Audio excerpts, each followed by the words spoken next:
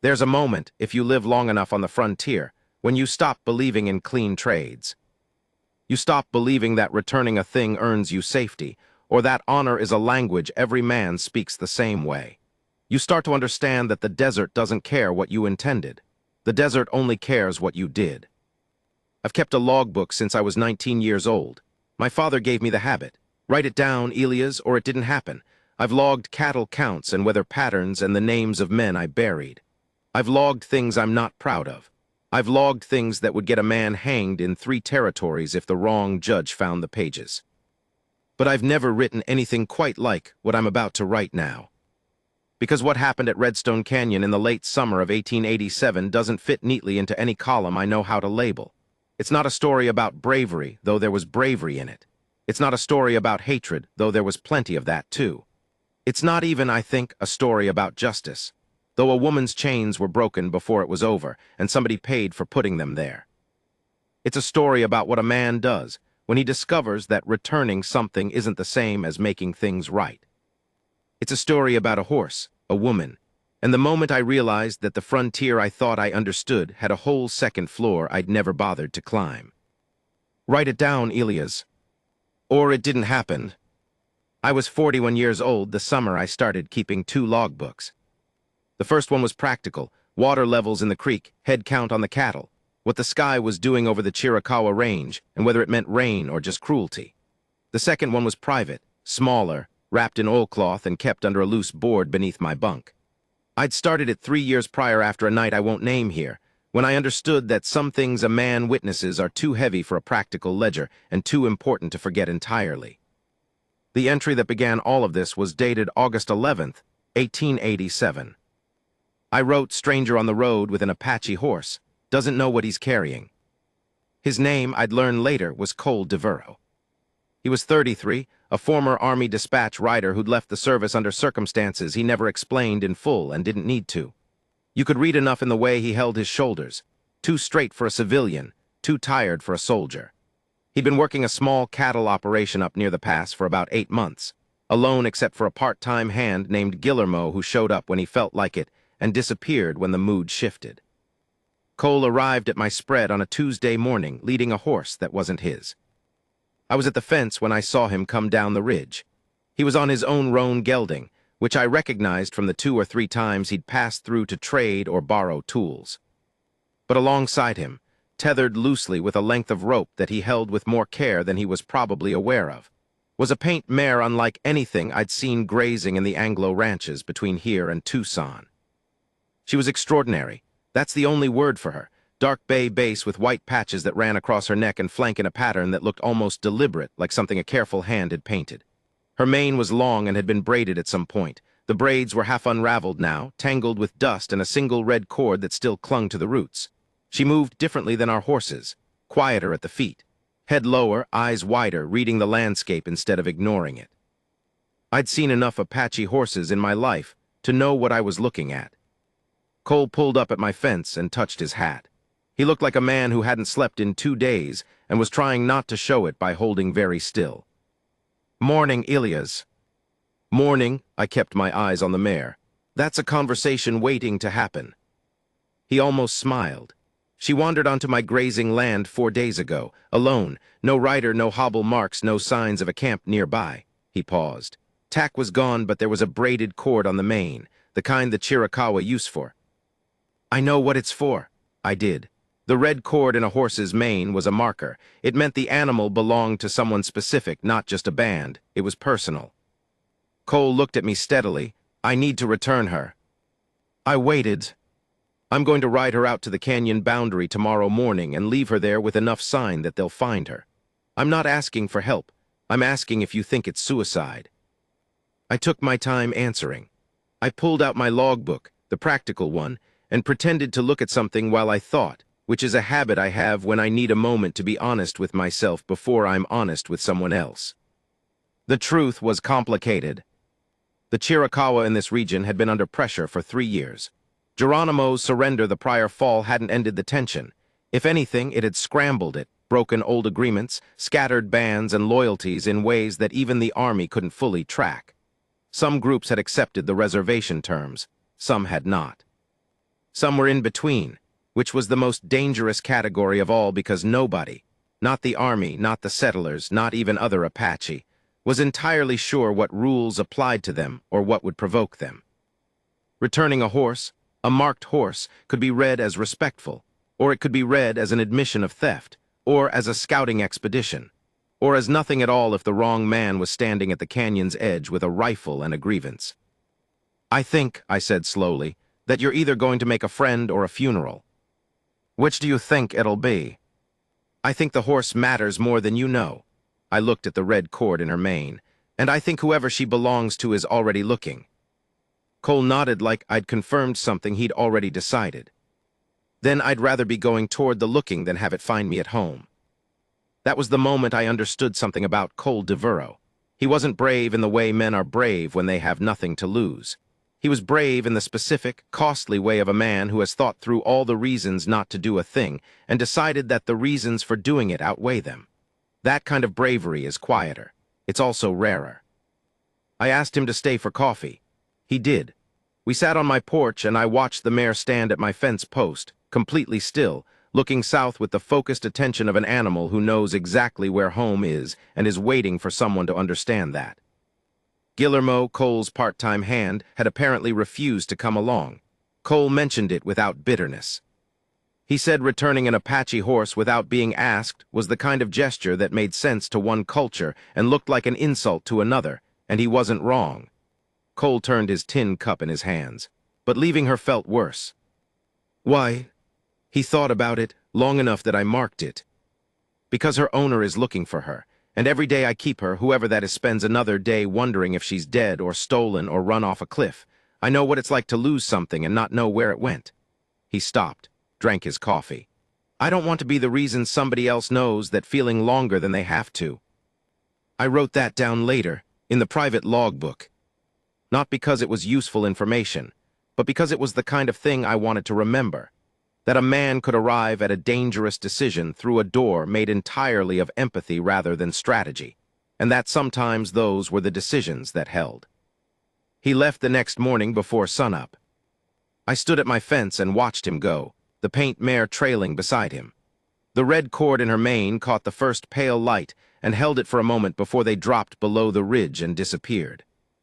I went inside and started the practical logbook entry for the day. Water levels, cattle count, sky condition.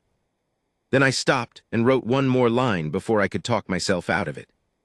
Cole Devereaux rode south this morning with a horse that wasn't his and a conscience that wouldn't let him keep it. I have no idea what that costs a man or what it buys him.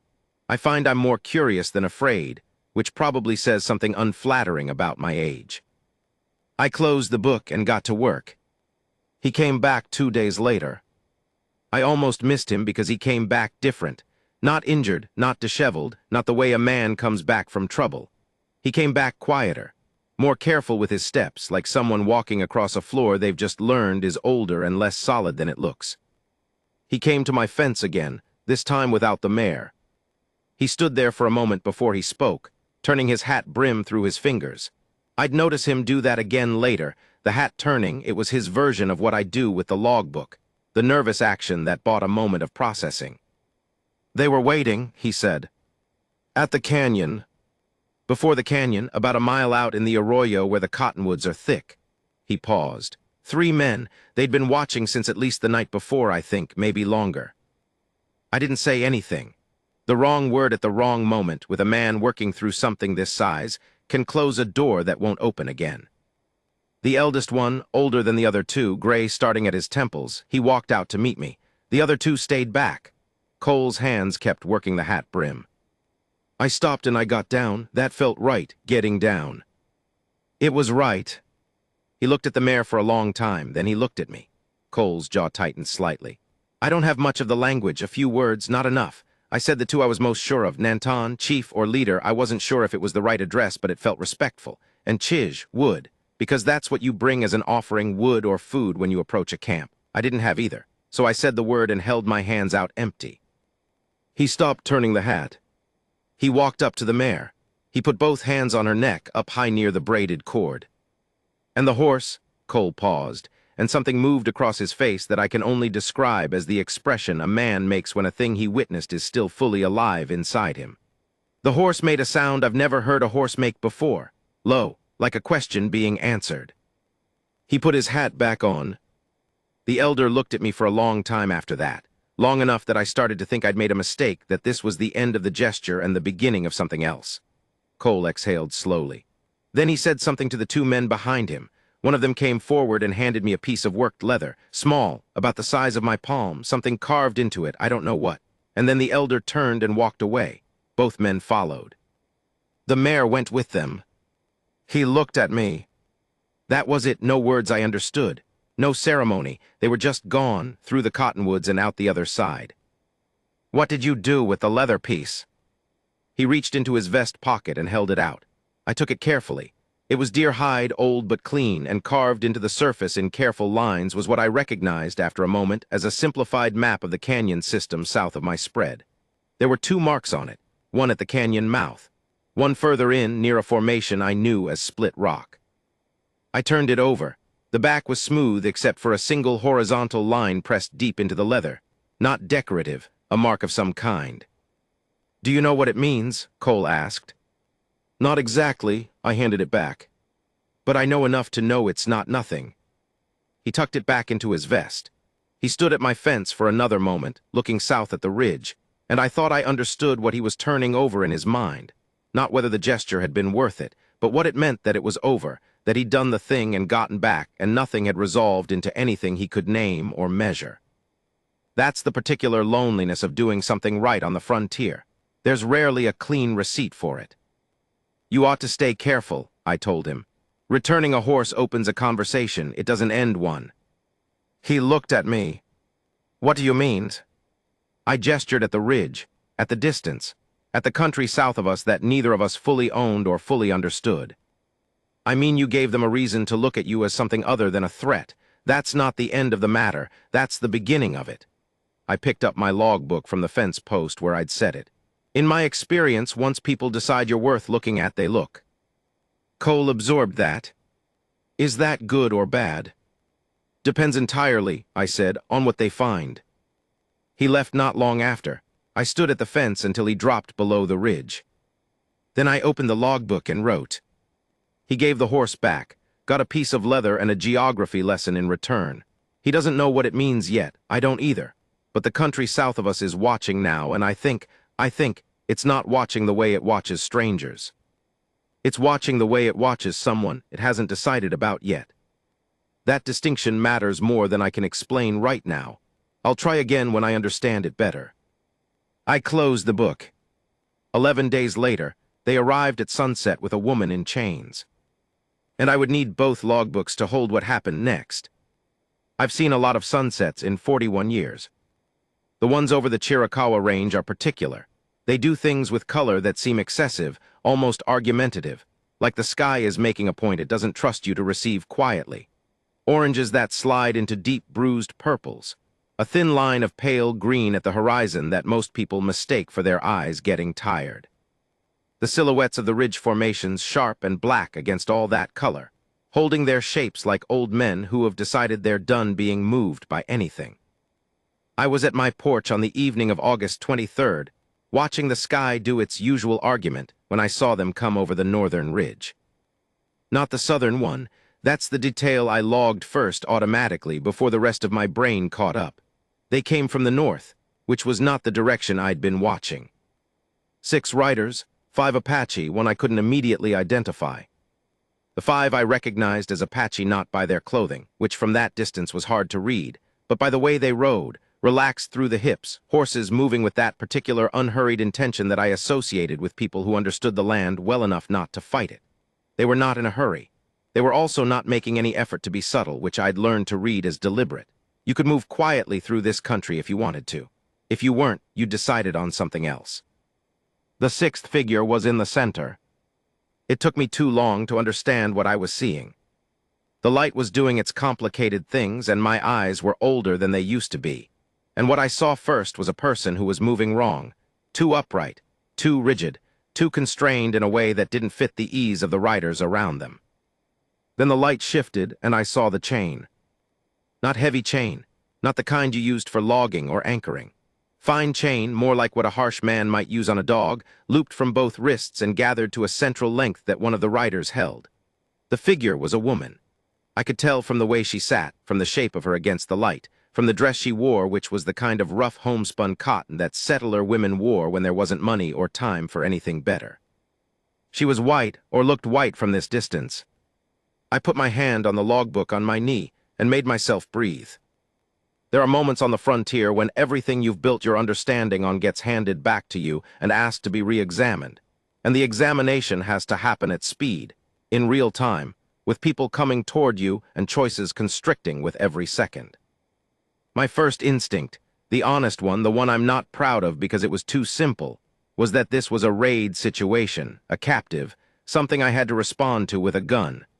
I was 3 steps toward the door before the second instinct caught me. The riders weren't moving like raiders. Raiders move with the momentum of aggression, even when they're not rushing. There's a quality to the forward lean of a raiding party that I've seen and logged and never quite forgotten.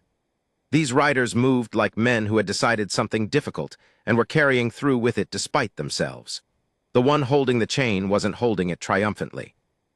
He was holding it the way you hold something that's necessary but uncomfortable, with care and distance, and a kind of obvious reluctance that didn't fit the story my first instinct had written.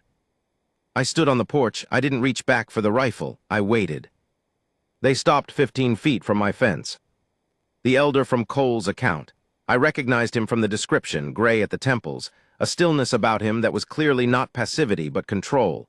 He was the one who spoke first.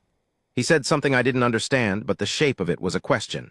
His eyes moved from me to the house to the outbuilding and back to me, checking geography the way careful people check everything.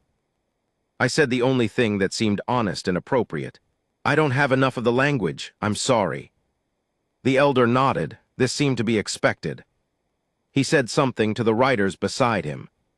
One of them, younger, probably 20, with a scar running diagonally across his left forearm, dismounted and led his horse to the far side of the group, which I understood was a repositioning to put space between himself and the center of the conversation. That was either caution or courtesy. I thought it was both. The elder pointed east, then he pointed at the woman, then at me. I looked at her. She was looking back at me with an expression that I have no single word for. It contained exhaustion, certainly.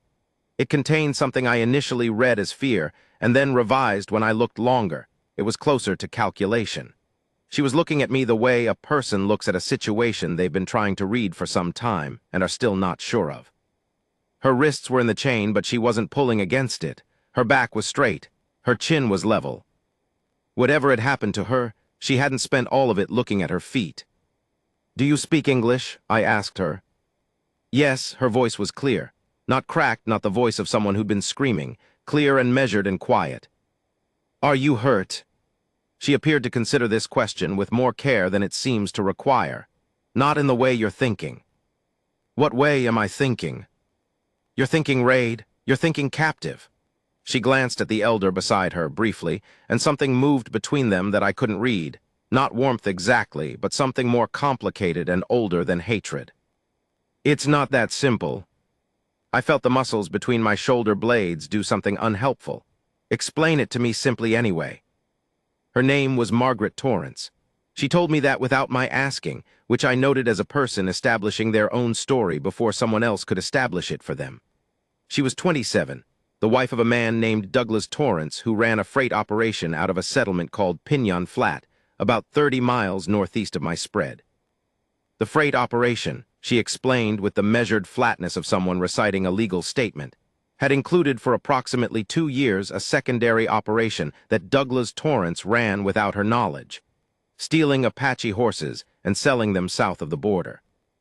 She said without her knowledge and then paused and looked at me, and I heard in that pause everything she wasn't adding, that she'd eventually had knowledge, and that knowing hadn't given her any power over what was happening, and that the distinction between complicit and trapped is a gulf that people on the outside rarely bother to measure correctly. The chain, she said, was Douglas Torrance's. He'd put it on her. I put my hand on the logbook again, pressure of a different kind. "Your husband chained you." 3 weeks ago, when he found out I'd..." She stopped. looked at her wrists. When he found out I'd told the Apache where to find 2 of the horses he'd taken, I got a message out to, I don't know how to explain the channels. There were women at the trading post who knew how to move information. I used them. Why? She looked up at me. Her eyes were light brown and tired and not soft. Because one of the horses they took was the same mare that showed up on that rancher's property north of here, the one he returned. Her jaw shifted. And because before Douglas took the others, before this, she gestured at the chain with a containment of fury that was impressive to witness. I saw what he did to a man who came to retrieve one of his own animals. I saw it, and I could not make myself a person who saw that and did nothing. The elder spoke again. He'd been listening to her with the attention of someone who understands the shape of a conversation, even without all its words. He spoke to her directly this time, not to me, and she listened and replied in what I was startled to recognize as actual Apache, not fluent but functional, learned. He says, she told me, that the man who was hurt is the brother of the man who owns the mare that your neighbor returned. I stood very still. He says the return of the horse, the gesture your neighbor made, is what convinced them that not all of the people on this land are the same man. She looked at me steadily. He says they came to you because you live close to that rancher and they believe you know him. They want to give me to your care, not because I asked, but because they've decided I acted with. She paused, consulting something careful inside her. With the mind of someone who understands a debt. I looked at the elder. He was watching me with the precise, unhurried attention of a man who has made a decision and is now watching to see if the other party deserves it. I thought about Cole Devereaux riding south in the pre-dawn dark with a horse he could have kept and a conscience that wouldn't let him. I thought about the piece of worked leather that he'd tucked back into his vest, the map and the single pressed line, and I thought about what I'd told him. Returning a horse opens a conversation. It doesn't end one. I had not predicted this particular continuation. I opened my gate. Bring her in, I said. The elder said something, and the rider who'd been holding the chain, reluctantly, carefully, in that way that told me this whole thing had cost something I wasn't fully seeing, unlocked the chain from her wrists, not removed it, unlocked one end and handed it to her, folded, like evidence she might need to keep. She took it without looking at it and put it in her apron pocket. She dismounted with the practiced ease of someone who'd been riding since childhood and hadn't lost it despite everything. She walked through my gate and stopped just inside it and turned and looked at the riders. The elder looked at her for a long moment. She said something to him, 3 words. He replied with 2. She turned away and I closed the gate, and when I looked back at the road, the riders were already moving east, unhurried, disappearing into the last of the sunset's complicated argument. Margaret Torrance stood in my yard and looked at the darkening sky. What did you say to him? I asked. I said I would remember. What did he say back? She was quiet for a moment. He said I already had. I opened my logbook and started to write. She sat on my porch steps and watched the darkness come in from the east while I wrote. She didn't ask what I was writing. She didn't try to fill the silence with her story, which I respected. A person who can sit quietly in the aftermath of their own extraordinary event has usually paid for that quiet at some cost. After a while she said, "Do you know a man named Cole Devereaux?" "I do." She nodded. "I need to speak with him." "He's 8 miles north. I can ride in the morning." "In the morning," she said, not a question, a measurement. She sat on my steps for a long time after that, looking at nothing in particular with the expression of a woman reorganizing the architecture of a life that had been very thoroughly rearranged. The chain in her apron pocket made a small sound when she shifted, metal against cloth, and every time she heard it, something brief and hard moved across her face, and then was put away. I wrote until I ran out of what I immediately understood. Then I switched to the private logbook and kept going. She told them where to find their horses. She was chained for it by her own husband. She survived both those things and came out on the other side of them, still choosing to keep going, still with the chin level and the eyes calculating, still making exchanges and gathering information, and moving through the world with the purposeful attention of someone who is not done with it yet. I don't know what to name what she is. I keep trying, and the words I have aren't the right size. Cole's gesture started this. Her information started this. A man's cruelty started this. And somehow what those 3 things made together, in the middle of the desert, in the late summer of a complicated year, was this: a woman delivered from chains by the people her husband robbed, through the good offices of a horse that got returned by a man who couldn't sleep knowing it was lost.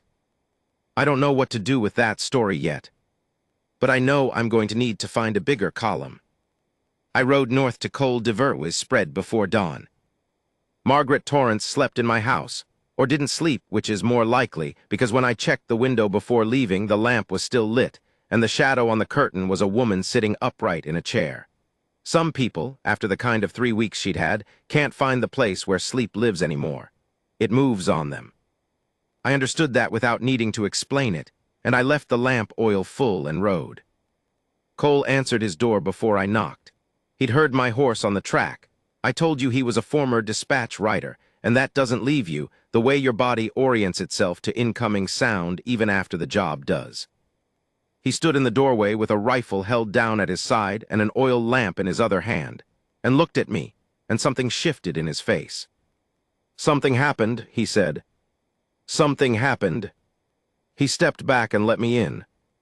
I told him all of it. He sat at his table with his hands flat on the wood and didn't interrupt, which is a quality I've come to consider a form of intelligence.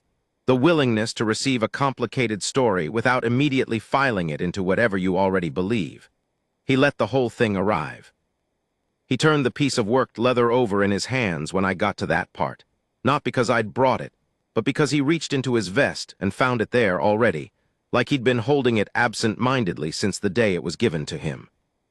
When I finished, he said nothing for a long time.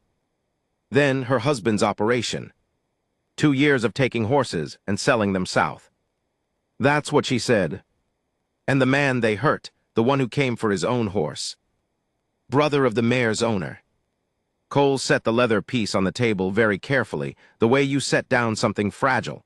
He looked at it. "I returned a horse," he said, "and none of that changes. No, it doesn't change any of it.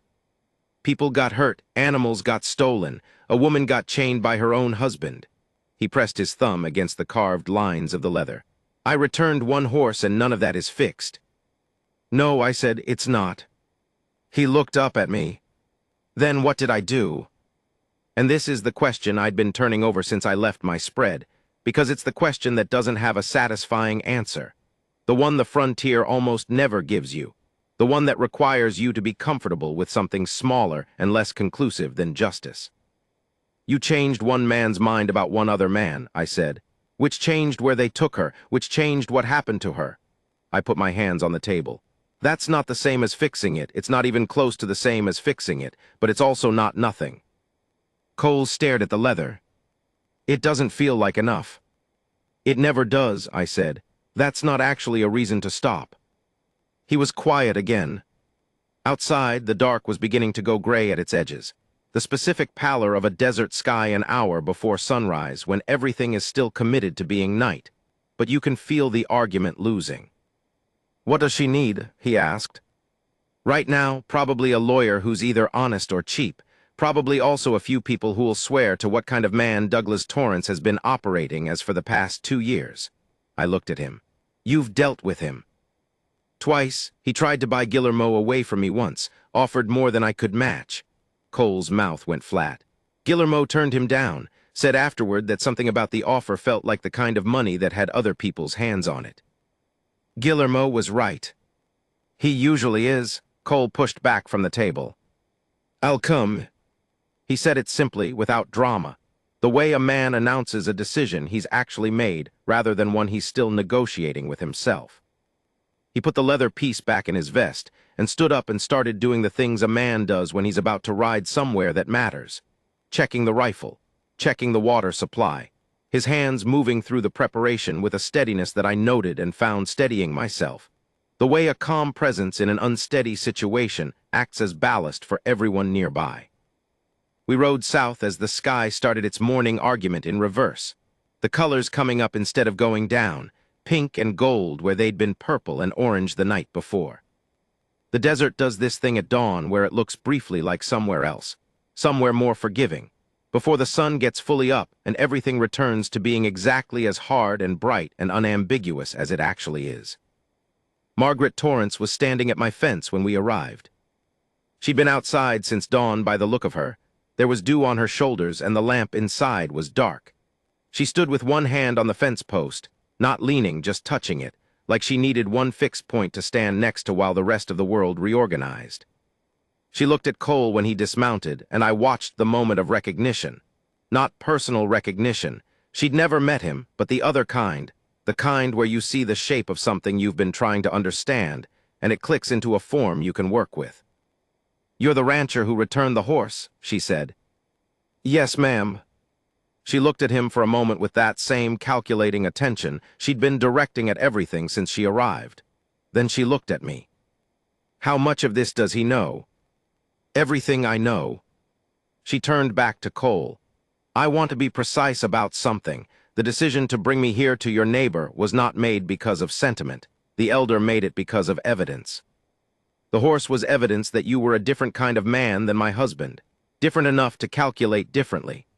She said this without softness and without cruelty, with the flat exactness of a woman who has learned to strip everything down to its functional components because ornamentation has cost her too much. "I want you to understand that. Because people are going to try to make this into a story about a grand gesture, and it will matter to what comes next that we all understand what it actually was." Cole nodded slowly. "What was it actually?" "A data point." She almost smiled, and the almost smile was more interesting than a full one would have been. It had history in it. "A very important one at a very specific moment, but a data point." Cole turned his hat brim once. "That's fine," he said. "I can work with that." Something eased between them. Not friendship yet. Nothing that warm or simple. But the particular ease of two people who have decided they're in the same kind of conversation and can stop spending energy negotiating whether they are. We went inside. What followed over the next 3 days was not dramatic in the way that frontier stories often tell themselves as dramatic. There was no confrontation at high noon. There was no man standing in a street deciding the shape of his life with a gun. What there was, instead, was the slower and less cinematic drama of several people deciding to function as a unit across a problem that was larger than any one of them, which is, I've come to believe, the more accurate shape of most real courage. Margaret knew where Torrance kept his records. She'd watched him long enough, in that way that people watch when they have no other tool, to understand the geography of his operation in detail. Which freight partners knew what, which routes carried which cargo, where the money went after the southern sales. She had it organized in her mind with a clarity that would have been impressive in a business partner, and was, in this context, extraordinary. Cole sent word to Guillermo, who showed up on the second day with 2 other men I didn't know, both of whom had dealt with Torrance's operation, and had grievances they'd been keeping quiet for reasons of self-preservation. Neither of them knew about the horses. Both of them knew about other things. I wrote all of it down. Both logbooks this time, practical facts in one, the texture of what I was watching in the other. She knows how to build a case. She's been building it in her head for months, maybe longer, waiting for a moment when building it out loud might actually hold. She is not a woman rescued. She is a woman who located a structural exit and took it the first time the conditions allowed. I keep revising my understanding of what happened at my gate 3 nights ago. The elder didn't deliver her. He returned her to a context where she had leverage. The distinction is not small. On the 3rd morning, Margaret sat across from me at my table and looked at the practical logbook, which I'd left open, and said, "May I?" I turned it toward her. She read it for a while. Not all of it, just recent entries, weeks of practical notations. "You notice things," she said. "Habit." "Good habit." She closed it carefully and pushed it back toward me. "I want you to understand something about the Apache, the elder, the men who rode here." She looked at the table. "They didn't bring me here out of generosity, or not only. They brought me here because Douglas still has horses, and because I know where they are, and because placing me here with people they've decided they can communicate with was," she searched for the word, "strategically sensible." "You're still a data point," I said. She looked up. "We all are. The question is what we do with the information we've been assigned to carry." I didn't write that down immediately. I sat with it for a while first, turning it over, checking its weight. Later I wrote. She said we're all data points. I think she means something like, we are all, whether we intend to be or not, evidence of something, of what a particular type of person does in a particular kind of situation. Cole's return of the horse was data. Her message to the trading post was data. Torrance's chain was data. What I do with the next few weeks will be data. The question isn't whether we're being read. The question is what we're saying. Cole rode to Pinyon Flat on the 4th day. He went alone, which I argued against and was not going to win. He went because he believed, and I could not fully refute this, that a man presenting himself plainly was a different kind of signal than a group arriving with purpose, and that Douglas Torrance would respond differently to a single man at his door than to something that looked like a confrontation. He was right, but not in the way he expected. He came back the evening of the 5th day, looking like a man who'd looked at something that had changed the color of his understanding of the world. He sat at my table, and I put coffee in front of him and waited. "He's gone," Cole said. "Gone how?"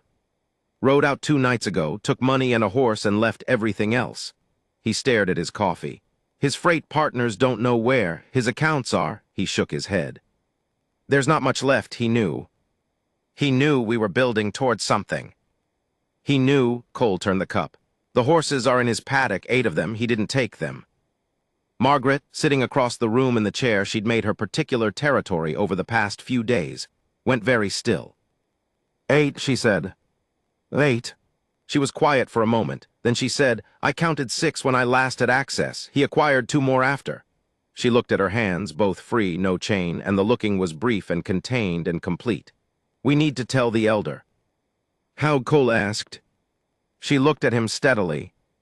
"The same way I told him the first time." She meant the women at the trading post. The information channels she'd built or inherited or found, the ones she'd used to get her first message through. The ones Douglas had been too confident to dismantle because he hadn't believed she'd had the nerve to use them. What followed, I'm not going to log in full detail, partly because some of the channels that moved information in those days are still in use by people who'd prefer not to be written about, and partly because the logistics are less interesting than what they produced. Within 10 days, 6 of the 8 horses had been identified as belonging to Chiricahua families east of the canyon. 2 more were identified as having been taken from a rancher in New Mexico who hadn't known where they'd gone. There was no formal legal proceeding. This disappointed me, and I said so. Margaret listened and then said, with her characteristic precision, "What legal proceeding would you pursue, and in front of which court, and which judge would take the word of Apache families against a white man's freight records? Which jurisdiction handles horses taken across which line?" She let me sit with that for a moment. "The horses are going back to the people they belong to. That is the available justice."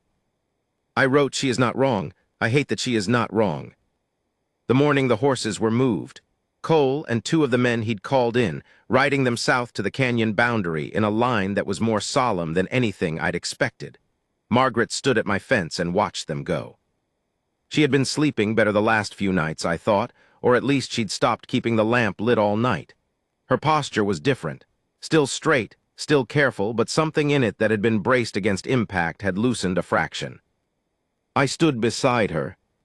"What do you do now?" I asked. She thought about it. "There's a settlement north of Tucson where there's a woman who runs a boarding house and doesn't ask about a woman's previous situation." She glanced at me. "She and I have a standing arrangement." "From the Trading Post Network." "From the Trading Post Network." I nodded. "That's a good arrangement to have." "Yes." She watched the horses disappear over the ridge. "I built several." Cole came back that afternoon without the horses and with the piece of worked leather in his hand. He'd shown it at the canyon boundary. I don't know who was there or what was said, because he didn't tell me the details and I didn't ask. But whatever it had communicated enough. He set the leather piece on my fence post when he returned. He didn't take it back. "Should we?" I started. "Leave it," he said. "It was given to you." "I know." He looked at it for a moment. "But I think it was always more of a message than a gift, and I think the message has been received by everyone it was meant for." He paused, "including me." I looked at the piece of carved leather, at the map with its 2 marks, one at the canyon mouth, one at Split Rock, at the single horizontal line pressed deep into the back. I'd never figured out what the line meant specifically. I had, however, spent 11 days watching what it had set in motion, and I thought I had a working theory. I think it meant, here is the record. I think it meant, this happened and it has been marked and the marking matters. I think it meant, though I could be reading my own logbook habit into an artifact that has nothing to do with me, something like the private instruction my father gave me when I was 19 years old. Write it down or it didn't happen. I left the leather piece on the fence post. I went inside and opened the private logbook and wrote for a long time, longer than usual, longer than practical, because the practical logbook was already full of the facts, and this one needed the other things, the things that don't fit in columns. I wrote about a man who returned a horse because he couldn't sleep with the guilt of keeping it, and who had no idea that the gesture was being watched and measured, and factored into calculations he didn't know were happening. I wrote about a woman who built information channels the way some people build fences, not to keep things out, but to give herself roots through. I wrote about the particular expression on Cole's face when he said I returned one horse and none of that changes, and the truth in it, and the other truth which was that things had changed anyway, not because of the horse, but because of the person who returned it and the person who chose it as evidence that different calculations were possible. I wrote about the elder's face at my fence, and the two men behind him, and the chain given back to the woman who'd been held by it. I wrote about what Margaret said about data points and information, and the question being what you do with what you're assigned to carry. I wrote until I reached the end of what I understood. Then I wrote past that. Cole didn't set out to do a consequential thing.